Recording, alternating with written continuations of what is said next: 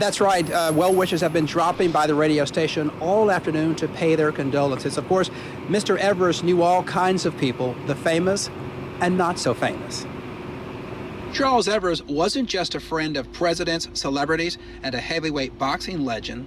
I'm a friend of the Evers family, and I was saddened to hear the passing of Mr. Evers because Mr. Evers, he touched me in so many ways. He was an inspiration to me. Keep the Evers family in your prayers, okay? DJ Clyde Burns on the air at Mr. Evers' radio station Wednesday morning, where they were getting a flood of phone calls from listeners who'd heard about Evers' passing. Well, the phone calls are just confirming because people they hear it and then they don't want to believe it. Burns says Evers was like a close member of his family. He was just like a father figure, man. And he had a lot of wisdom. He knew a lot of things and he'd been a lot of places. And so it was just like Dad, man, I guess, you know, in a sense. And I picked up and learned a lot of things from him. Mr. Evers' special chair in his office now empty at the desk he used in the shadow of his younger brother, Medgar. Makes you feel important, just knowing him and being in the room with him and then knowing who his brother was, knowing what the family stood for. It just, you as a black man, it made you feel good.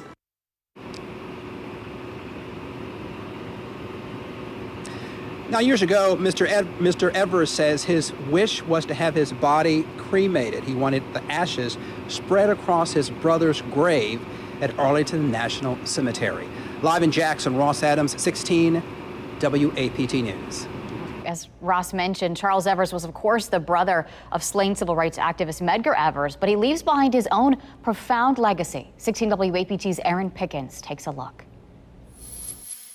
Charles Evers was a larger-than-life figure who seemed to know everyone, and everyone seemed to know him. From meeting and greeting former presidents Richard Nixon, George H.W. Bush, George W. Bush, and Senator Robert Kennedy, to sitting in the White House with President Donald Trump, who he supported, Evers was a true mover and shaker and outspoken.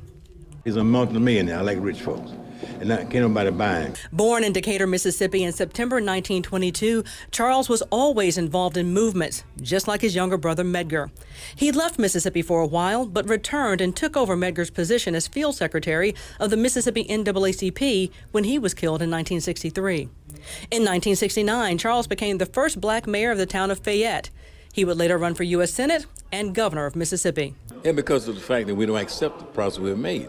You know, we always find excuses, not because I'm black. That's not true. And we got a black president, you know, and we have the highest number of black elected officials in the country in Mississippi, mayors and constables and supervisors. And so there's no more excuse for that. We got to stop making excuses for not doing what we can do as a race and becoming involved in this great country of ours. What many know him for is his beloved radio station, WMPR, where he served as owner and also hosted a popular talk show.